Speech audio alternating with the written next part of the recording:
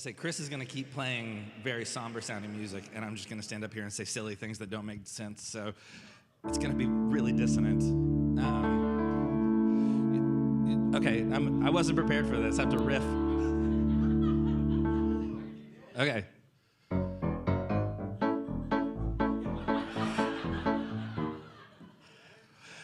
I've had nightmares like this before. This is... I mean, dude, look, I don't want to tell anybody whatever the Holy Spirit is telling you should do.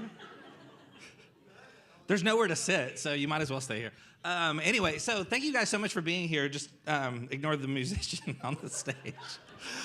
Also, for those of you who were late for the 9:30 service, I have really good news for you. That was canceled. So we are here at 10 o'clock. This is our only service. This is an experiment we're trying with just condensing things to one service. Also, it's spring break, which is why all your kids are sitting here with you. I will try my best to watch my language. I was not warned ahead of time, so I'll have to edit some of it. I'm just kidding, obviously, but. Anyway, we're trying a lot of different things to try and maximize, basically be good stewards of our volunteers' time and their energy. We are in probably what college football teams refer to as a rebuilding season. So this is kind of we are doing our best to try a few different approaches to see what suits this community better or best, what serves the needs of the volunteers and the staff and everybody in between. And so thank you guys so much for your patience and for your flexibility. And obviously we are continuing to figure this out, and we are open to suggestions. I say I am not a decision maker here. Travis Burson is back there. He's the only elder I can see at the moment, so that's the guy you want to talk to if you have thoughts. So Charlie and Emily are here somewhere too, but there's a sea of people in front of me and I can't see. Anyway, so I've got some announcements that need to be made. This is where we could have used like the really somber music, but we are collecting mini-sized candies for the Easter egg hunt that happens on. Dan, do you remember what this note said? I'm having a hard time. So we're collecting mini-sized candies through March, and you can leave them in the lobby. Not fun size, not economy size, mini size. It has to be able to fit inside of an Easter egg. So we are collecting those donations. You can ask Miss D.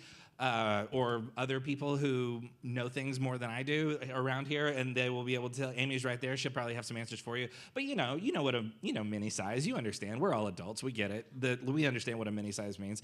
And then also on March the 30th, we are having baptism classes. On Easter every year, we hold baptism services during the main service. By the way, on Easter we will have two services. So if just as you're getting used to the one service model, boom, we're going back to two. So it's going to be a really exciting spring for everybody. But we are having baptism classes on March the 30th. It's open to all ages. Attending the baptism class does not commit you to participating in the baptism service. So if you attend the class and you think like that's not really something I'm comfortable doing right now, that's totally okay. You're not locked into that. But you can register on the hub, and if you don't know what that is, you can see Travis Burson in the back, and he'll be able to help you out.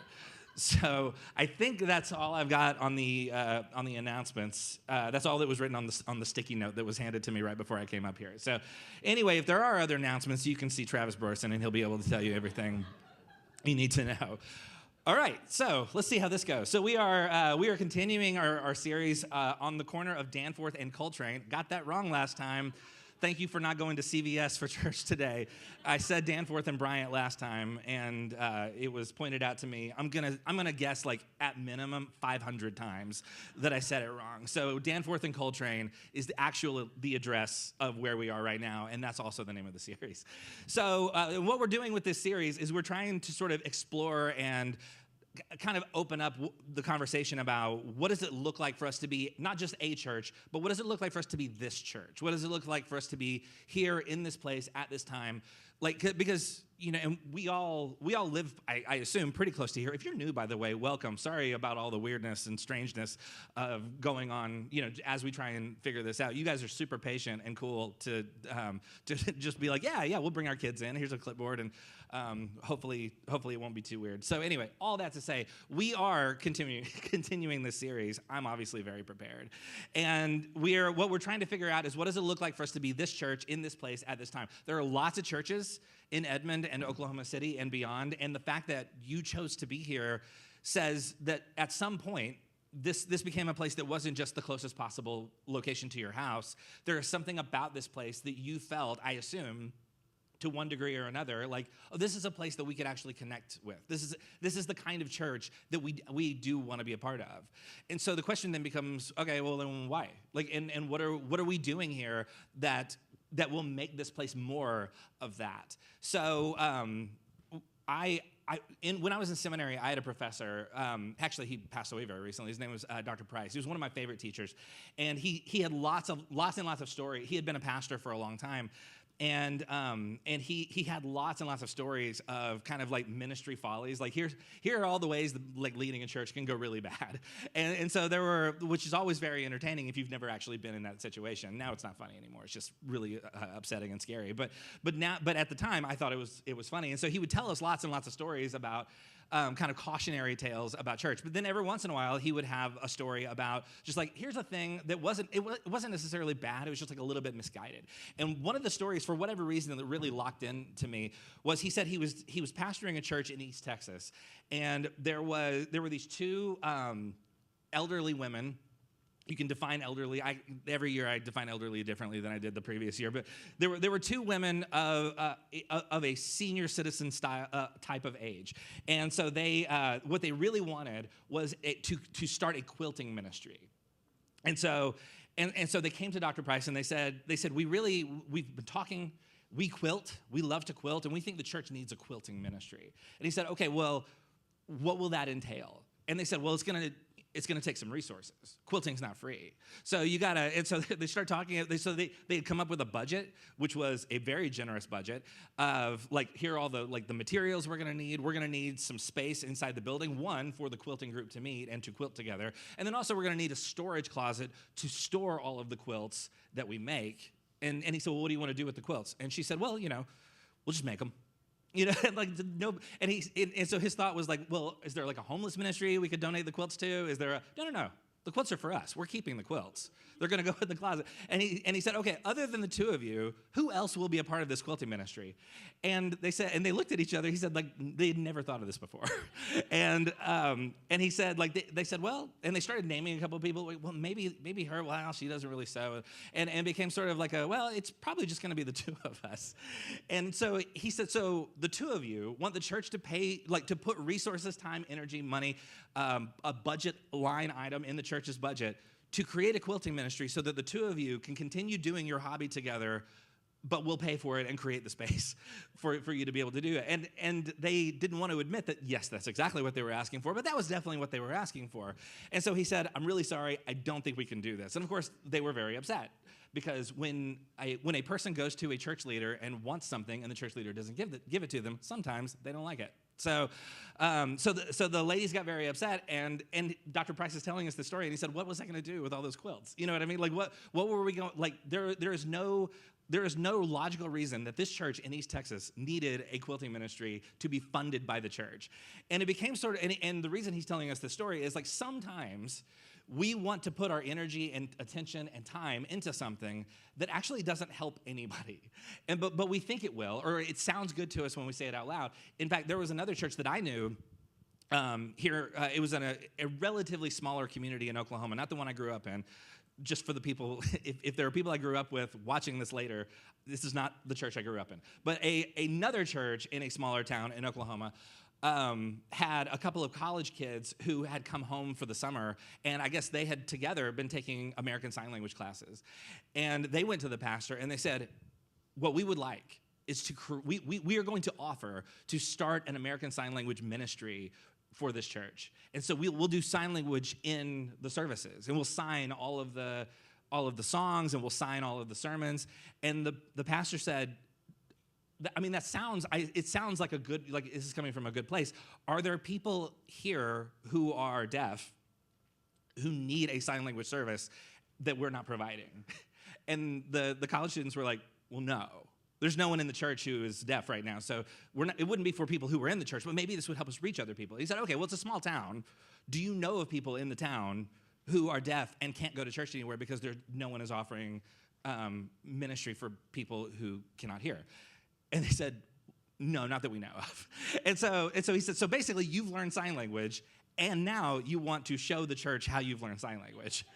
And they didn't, again, it wasn't like, well, yeah, that is what we want. But they were saying, no, it could be a really powerful ministry. But then the more you unpack it, the more it's like, oh, no, you want to create this thing because you know how to do it, not because anybody actually needs it. And so again, the pastor had to be like, if this was something we needed in the community, that would be great. But if it's just like choreography, you know what I mean? If it just becomes like a thing you want to show everybody, like I'm sure we can put together something like a talent show or something. Like we don't have to like put it in the services. And so not that kind of thing isn't useful in it, like a quilting ministry in a place where people need quilts, or a sign language ministry in a place where people need sign language. That's great. But if you're in a situation where those things are not in any way in need, then it becomes sort of just like a vanity project, and people become kind of curious as to like, why are we putting all this energy into this thing? All this to say, there are times when we have this sense deep in our bones, I think, that other people, that serving other people and serving the church as a whole is a good and necessary thing. And a lot of times we know how to do something, or we like to do something, and we think like, well, the church probably needs me to do this for them. And then, but just because not because there's actually a need, but it's just because, well, I know how to do it. So why not just do that? So the question becomes, okay, if we know that there are needs, and that there is some sort of goodness that comes out of just the act of serving in and of itself, what is the best way to channel that energy? What are the best possible uses of that? And this is a great day for us to talk about this, by the way, because again, like we have all of our classrooms closed because our children's volunteers are like, well, first of all, lots of people are on spring break. And second of all, lots of people are just exhausted.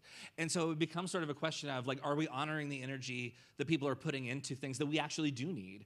And so today what we're going to talk about is, one, why is service such a critical part of the life of the church? Why is this so built in? Like, why do we all have a sense that service is something that we need, even if we don't always know exactly how to channel that energy, if it just comes out in the form of like a quilting ministry that no one's asking for or something like that? And so it becomes sort of like we understand that service is good, and that coming up with different ways for us to pour our energies into the community, into the church, into other people, that's good. But then the question becomes, but what are we doing? Who are we doing it for? And in what way does it help? Sort of like, why are we at this address? What are we doing? In what ways do us serving other people improve the community of Edmond, the corner of Danforth and Coltrane? So let's start, I think, by looking at how there's this writer named Paul who wrote a lot of letters to the early churches in what we now refer to as the New Testament. And so Paul talks about what service is supposed to do and why it matters. Like, he kind of gives sort of a thesis statement of like, okay, I understand that we all have this sense that serving other people is good, that it actually is one of the best things we can do is open ourselves up and use our energy to make other people's lives better. That's actually a beautiful thing. And so he kind of gets to the core of like, what is it exactly that we're doing? And so in Philippians, in this letter that he writes to a church in a city called Philippi, in Philippians chapter 2, he says this.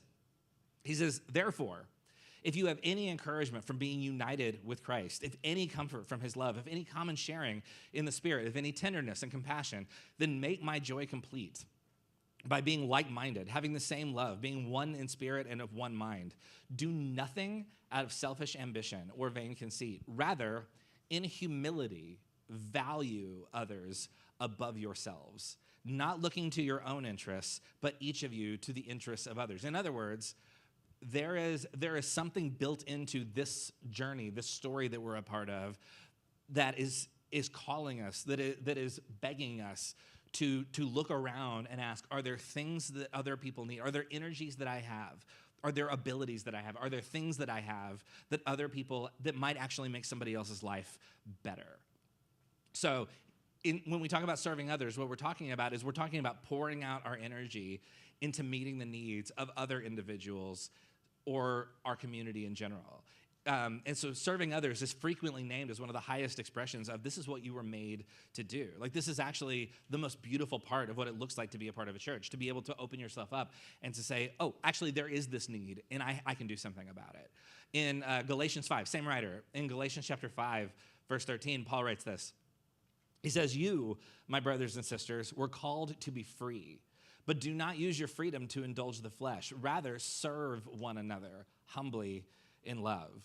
For the entire law is fulfilled in keeping this one command, love your neighbor as yourself. Which, by the way, he's kind of riffing on something that Jesus had said previously in the book of Matthew. Somebody comes to Jesus and they ask, what's the most important command? And Jesus actually names 2 commands. He says, love your God with all your heart, your soul, mind, and strength. And then he says, the second is like it, love your neighbor as yourself. Paul says, I think we can simplify this. He says, everything is fulfilled in this one command, love your neighbor as yourself. And then the question becomes, okay, what does that look like? If you bite and devour each other, in verse 15, if you bite and devour each other, watch out or you will be destroyed by each other. So he talks about love and service, and then he flips it and he starts talking about biting and devouring each other and destroying each other. Why does he connect these two things, or why does he juxtapose these two ideas? Well, because not only is serving others built into the whole plan as a way of participating in the story that God is telling, it is also framed as the antidote for any kind of division and violence. Not that any of us have ever seen anything like division and violence. I'm just saying if we had, perhaps service is a way through that, as a way to sort of heal those divisions. Service is actually a powerful way to connect to other people that we find ourselves at odds with. So Paul talks about like, oh, this is good at all kinds of different levels. Like when we channel this energy correctly, it actually makes the world a better place. It brings us closer to people who we often find ourselves like on the other side of some sort of divide from. So again, we talk about service and we talk about like, oh, there's actually like there's so much good that comes from us channeling our energies into serving people or our church or our community in a way that actually helps, that actually brings some sort of goodness into the space. But of course, there is a dark side. I don't want to pretend like there's not. There are these moments or there are these opportunities for us to serve, and it comes from not necessarily a dark place all the time, but maybe a place of like this is actually maybe harming in a way that I hadn't intended. So look at Luke chapter 15. This is a story about Jesus in Luke chapter 5, verse 15. It says, yet the news about him, about Jesus, spread all the more, so that crowds of people came to hear him and be healed of their sickness. We talked a couple of weeks ago about how like there were these massive groups of people who would like show up and follow Jesus. And a lot of times he would like say something a little challenging and cause the group to thin out a little bit. But other times he would do everything he could to serve as many people as possible. And so you have that. You have lots of people who are coming, who are sick, who are in need, who actually have real-time needs in the moment. And then in verse 16, this weird kind of pivot, it says, but Jesus often withdrew to lonely places and prayed. Wait a second. There are people coming to Jesus and they have needs. There's real, like, urgent needs. And in the very next sentence, Luke tells us that Jesus withdrew and he went to lonely places and prayed. What is going on here? I would argue that this comes from, like, you see this several times in the ministry of Jesus. Jesus will pour himself out for other people. He will attend to the needs of lots and lots of people, and then all of a sudden, he will, like, withdraw. Why? Because Jesus, like anybody, has a finite amount of energy and time and resources, and he understands that there is something, there is a fuel gauge that is getting dangerously close to empty. So a lot of times, and this is Jesus we're talking about. So imagine what it feels like to be a children's ministry volunteer who hasn't had a break in a really, really long time. So a lot of times, the dark side of service comes in the form of self-depletion. It comes in the form of, I just don't know how much more I have to give. Like, Jesus has already mastered this thing of, like, yeah, there are moments where you have to pull back. You have to recharge. You have to allow the thing that you poured out to be poured back in. And so self-depletion can often be this signal to us in our brains of, like, because we tend to tell ourselves like, no, that's selfish to have a boundary and to say like, no, I can't serve on this day, or I can't help you with this one particular thing. That feels bad because again, there are these things inside of us that tell us like somewhere deep in our bones telling us like, no, if people need you, if people need service, you should serve them. Yeah, but what if you're drowning? What if you don't have it in you? What if the cost of that is like you've already poured out way more than you already had, and you're kind of and you're bone dry, and you just continue to try and pour out that which is no longer even in there anymore. And so self-depletion is a real thing. And so quite frankly, I would argue you could probably talk to our staff about what it feels to be depleted. And one of the reasons we're trying different things is because we need to honor our staff, because there is a cost to serving every single week over and over and over again. It begins to take a toll. And so I was a pastor at one level or another for about 21 years before we moved up here, and I can tell you there are definitely seasons where it becomes sort of like not only am I not getting any, not only am I not being recharged, energized, or by serving other people, it feels like it's kind of killing me on the inside. And so there are these moments where we have to pull back and we have to acknowledge, like, yeah, there is a certain amount of self-depletion, and this is unsustainable, and I have to begin to allowing things to get poured back in for me to be able to serve with any amount of joy or enthusiasm or energy. And so that is a real thing. And so if that's you, if you have been serving here for a really long time and you just feel like, yeah, the tank is empty, I got nothing left, you need to say that. Like, let Miss D, let Amy, let somebody know. And I know some of you have, and thank you for your honesty. Thank you for having boundaries and articulating them in a way that needed to be articulated. Because what we need is people to have that energy kind of restored so that you can step back into some sort of service and continue pouring yourself into the church, not from a place of emptiness, but from a place of, yeah, I've got all this.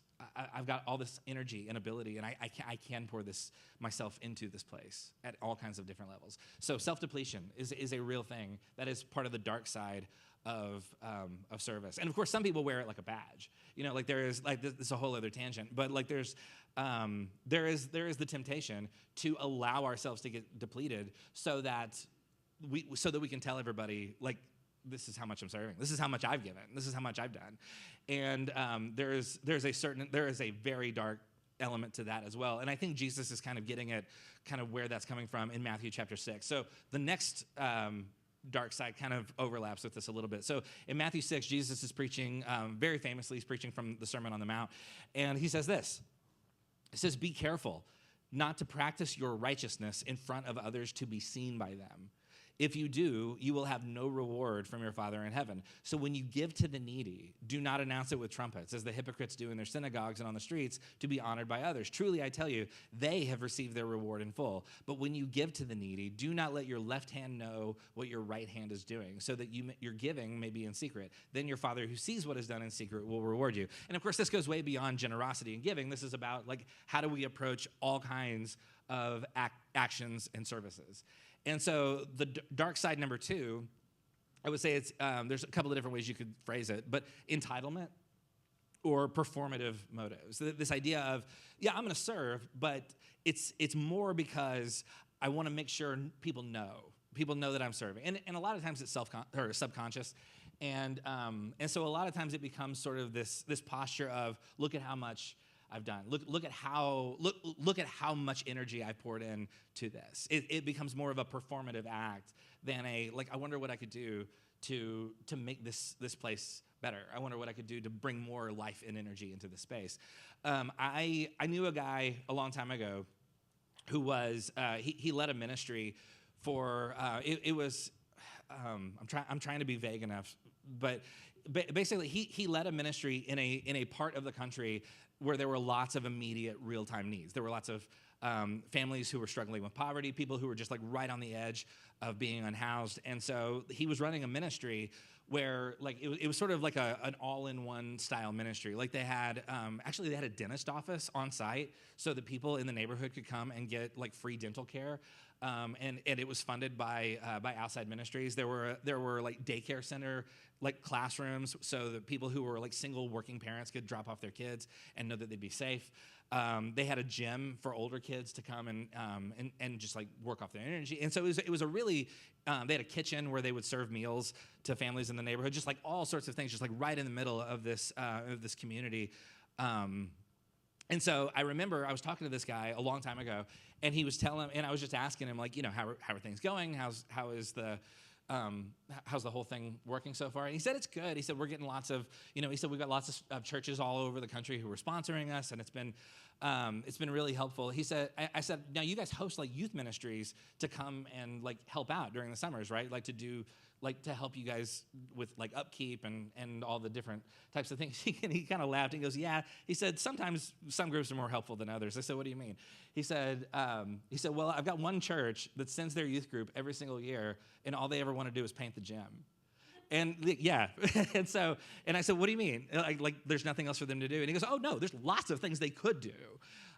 He said, but they don't want to do that. He said, like, they came the first year, and we actually needed them to paint the gym. And so they took tons of pictures of all their teenagers, like painting the gym, like they had the paint rollers and everything like that. And they got home, and all the parents were so excited about the pictures of them painting the gym. And so when they came back the next year, their youth pastor was like, so we're painting the gym, right? And he was like, well, we actually don't need the gym painted. We actually have a lot, like there's some landscaping stuff. There's some, there's like some hazardous areas out on the street we need cleared out. And the guy was like, well, we're not really equipped for that kind of thing. We could probably paint the gym though. And the guy was like, so what, you're here and you're telling me you would like to paint the gym? And the guy was like, yeah, I think we'd like to paint the gym. So they went and they got the supplies, and they went back in and they painted the same gym that they painted the year before. And then the following year did the exact same thing. And the guy was like, I don't know, like their church gives us money and it helps us, like it helps pay the dentist. And so like I can't tell them not to come, but I really don't need the gym painted anymore. Like the gym has been thorough. The gym will never need to be painted again. But they just love to paint that gym because like it looks good in pictures. It is not dangerous at all to paint a gym. And so like there's no risk there. And so they get to go on a trip with their youth group. They get to take pictures of themselves with paint rollers and like, look how great we are painting this gym. And so it becomes sort of like this, oh, okay. So it's actually the service is in no way part of like what you're actually trying to do here. It is you want to go home with the pictures so that when you get together in your church service and you throw stuff up on the screens, it's like look at our kids, look at all these teenagers painting gyms or painting a gym. And so actually, to be fair, there were also 2 small bathrooms in the gym that they would paint as well. So I don't want to like make it seem like they're only painting the gym. So anyway, so when we start asking questions about how we might use this service-oriented energy, how do we know if we're doing any good? Are we just painting the same gym over and over? Are we doing things that no one's asking for and that no one needs just because, like, well, we can get some pictures and that's going to look all right. Or we can tell everybody, we did do that. We did paint that gym. So, and so it kind of gives us a sense of pride over what we did, and it becomes not in any way a question about what's needed, and it becomes all about, well, what's going to look good in the pictures? And what can I tell people when they ask me what I did on that particular event? And so when we talk about like how we use our energy and how we serve, we have to ask the question, like, is there really a need here? Or am I just painting the same gym over and over again just because like I want the pictures? And by the way, when Jesus says, when Jesus says the thing here about how he says, they're truly, I tell you, they have received their reward in full. So he talks about like when people do things to be seen, they have received their reward in full. What's the reward? Oh, well, the thing that they wanted was to be seen. And so the reward was they got seen. But then he goes on and he says the thing about how he says, but when your Father who sees what is done in secret will reward you. What's the reward? Then what is he talking about? Because a lot of times I think we tend to read this and think like, well, when we die, we'll get like a pat on the back for like all the different times we painted that gym or whatever. And so, so the question is, what is the reward that Jesus is talking about? I would argue that Jesus is describing, look, when you do the right thing, and it's not for the purpose of having everybody see you do the right thing, the reward is you did the right thing. And that you are participating in a story that is larger than yourself. The reward is you are more dialed in and connected to the thing that you're actually meant to do. Jesus is saying, like, look, if all you care about is the evidence that you did a thing so other people will know that you did the thing, then that's exactly what you'll get. People will notice that you did it. But if you are doing it for the purpose of actually making things better, then the reward becomes, you participated in something that made things better. You did the right thing, and the reward is you did the right thing. So again, when we start asking questions about what does it look like for us to serve, we have to ask questions about, well, what are the needs? What in our moment at the corner of Danforth and Coltrane, what are the actual needs in this space and at this time? What are the needs of the people in this room? What are the needs of the church as a whole? What are the needs of the community around us? We are here for a reason. Why? So the question then becomes, okay, how do we notice where the needs are, and how do we then address those needs? So there's a parable that we talked about several weeks ago. It's a very famous parable. It's the parable of the Good Samaritan. And we talked about it I don't even remember how long. I've completely lost track of time, bless you. But there is, you're welcome. So there is a story, the Good Samaritan, where Jesus is confronting, first and foremost, Jesus is confronting the question of, who is my neighbor? And what does it look like for us to have a sense of hatred or bigotry towards another group of people? But there's also, because Jesus quite often puts, there is a layered meaning going on in the story. You could look at this story from a different angle and see a whole other dimension to it. It's like a piece of glass. If you look at the light from one angle, it comes in one way, but then if you turn it, it becomes it comes in from a different direction. And so we're going to look at the parable of the Good Samaritan again, but we're going to look at it a little bit refracted. So because there's always another dimension to explore. So in Luke chapter 10, verse 30, it says, in reply, Jesus said, a man was going down from Jerusalem to Jericho when he was attacked by robbers. They stripped him of his clothes, beat him, and went away, leaving him half dead. A priest happened to be going down the same road, and when he saw the man, he passed by on the other side. So too a Levite, when he came to the place and saw him, pass by on the other side. And again, we talked about several weeks ago when we looked at this parable, how they're coming from the temple area. These are two groups of people who work in the temple area, and they spend all day, every day, interacting with the elements of the temple. And then in verse 33, it says, but a Samaritan who, again, we talked about was part of a group of people, a class of people who were not at all well regarded in this particular community. Verse 33, it says, but a Samaritan, as he traveled, came where the man was, and when he saw him, he took pity on him. He went to him and bandaged his wounds, pouring on, and this is a really important detail, pouring on oil and wine. Then he put the man on his own donkey and brought him to an inn and took care of him. So again, we talked about all the different ways that this is kind of subverting normal expectations of how we talk about different groups of people. But there's also the element of, why is the Samaritan using oil and wine? So the priest and the Levite who worked in the temple, if you serve in the temple area, part of that would involve specific types of sacrifices. Every day you are assisting in executing certain types of sacrifice. One type of sacrifice was what was known as a drink offering or a wine offering. And so you would take wine and you would pour it out over a specific designated area. And the reason you pour out the wine is sort of a recognition of, God, we are grateful for everything. All of life is a gift. And when we take something that is valuable and we pour it out in this way, what we're acknowledging is, everything we have received is a gift. All of life is a gift. Actually, this comes from a story about a guy named David, and in a couple of weeks, we're going to look at that story. So that's just a little bit of a thing that's going to happen in a few weeks. So the drink offering is this really interesting thing that we will revisit. Anyway, so if you were a priest or a Levite, you would interact with the drink offering by pouring out wine as a way of acknowledging that all of life is a gift. This was a regular type of offering that was offered in the temple. Also, another type of offering, or another type of element that they would end up interacting with, was oil.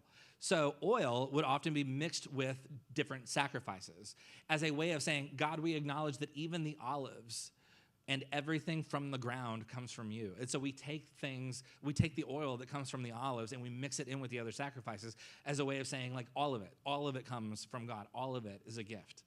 So both the wine and the oil are these types of sacrifices that would be tactile reminders that we are participating in a story that is much larger than ourselves. So these are very specific elements that are used to meet certain needs inside the temple. So the professional religious people are leaving the temple area, and they pass a man who's been left half dead, and they leave him there. Then a Samaritan, someone who was not just a social and cultural outsider, but also would not have known all the specific rituals performed in the temple, because Samaritans aren't allowed in the temple. So the Samaritan isn't aware of the significance of the oil and the wine, in the story at least. And so this Samaritan stops and helps this man, and he helps him by getting oil and wine. And of course, everybody listening to Jesus tell this story would be thinking like, whoa, whoa, whoa. Those are the tools of the trade used by the priest and the Levite. And now you have this person, this member of this marginalized, often forgotten, often despised class of people, and he's using oil and wine. But he's not doing it in the temple. He's doing it by the side of the road. Why? Because that's where the guy is. So essentially, Jesus is saying, who here is doing the work of God? Is it the people who are in the temple performing the rituals, or is it this guy by the side of the road who finds a real use for the oil and the wine? Put it another way, who's the real priest in the story? Is it the person who knows the rituals and all the correct words and all the things, like when to stand up, when to sit down, when to recite certain things? Is it the person who's been trained to do all these things? Or is it the person who sees a need and stops and meets it? Who's the real priest in the story? Also notice in this, where the story happens. Again, it's not in the temple. It's not in a specifically designated holy place. It's not even in a city. It's neither in Jerusalem nor Jericho. It's somewhere in between. It's by the side of the road. So a lot of times we tend to designate certain spaces as more or less holy. And I think Jesus is challenging that here. I think Jesus is saying, yeah, when a need shows up by the side of the road, that's where the temple is. That's where you bring out the oil and the wine. It happens by the side of the road. It happens wherever the need happens to arise. In 1 Peter chapter 2, this writer Peter says this. He's writing to one of the early churches, and he says, "But you, early church, are a chosen people, a royal priesthood, a holy nation, God's special possession, that you may declare the praises of him who called you out of the darkness into his wonderful light. Once you were not a people, but now you are the people of God. Once you had not received mercy, but now you have received mercy." He uses this language, you are a royal priesthood. Why? Because a priest, what does a priest do? Yeah, a priest does the rituals. The priest does all of the correct traditional types of things. But at its core, if you peel back all the layers and just ask, what is a priest supposed to do? What is the purpose of a priest? Well, at its core, in the ancient world, the role of a priest ultimately is to show the rest of the world what their God is like. And so a priest is meant to identify the pains and the wounds and the needs in their midst and approach those situations with oil and wine. Peter says to this group of people, everybody here, everyone who can hear my words, you're a priest. Not because you've been correctly trained, not because you know all the rituals, but because you have the ability to show the world what your God is like. And this God shows up by the side of the road with oil and wine. Do you think that the well, at its best, can be a place that is a force for good in Edmond? I assume you do, otherwise why would you be here? Do you believe that this place, this church, the corner of Danforth and Coltrane, do you believe that this place is and could be a much-needed refuge for people who are drained, who are beaten down, who are losing hope? Is it possible that the well is the kind of place where people who are desperate for one last attempt at a healthy church experience might be able to come and find some sort of healing for their wounds? Is it possible that the well could be that kind of place? Yes, thank you. I think so. We would not be here. If I would not be here. My family would not be here if we didn't believe it was. And so, what does it look like for us to show up every week with the oil and the wine? Not just because this is what we do. Not just because that's what the ritual calls for. No, because this is where the need is. There are so many people in and around this area who need a place where they can heal from whatever wounds have been caused to them, often by church leaders and church members. And they need a place where they can say, okay, this is my last try. If it doesn't work at the well, I'm done with church. We have lots of people in our community who would say that, I think. And so the question becomes, how do we create space every single week so that we can be here with oil and wine when people need us? How do we look outside of our walls? How do we check in on our neighbors and our friends and ask questions about, like, not how do I invite them necessarily. If you want to invite them, that's great. But that's not, like, the goal is not, like, making us bigger. Like, we talked about that a couple of weeks ago. The goal is finding where do people need the oil and the wine? Do you have people in your life who, like, yeah, if you invited them to church, they'd be like, okay, sure. But if you showed up and said, like, do you need me to watch your kids? Do you need me to buy you a lunch? Do you need me to just come and help you? Do you need me to send my teenager over to mow your lawn? There are all sorts of ways that we can show up in the lives of others with a little oil and a little wine. Not because that's just, that's what the ritual calls for, but because that's where the needs are. So where can we identify? Where is the side of the road? Well, here we are. We're at the corner of Danforth and Coltrane for a reason. So the question becomes, what does it look like for us to be the kind of space that opens our doors every week and provides oil and wine for the people in our community who need it the most?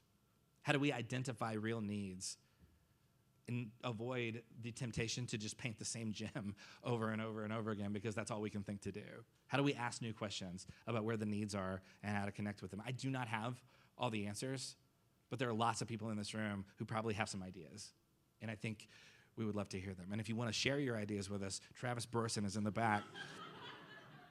And you can connect with him later after the service is over.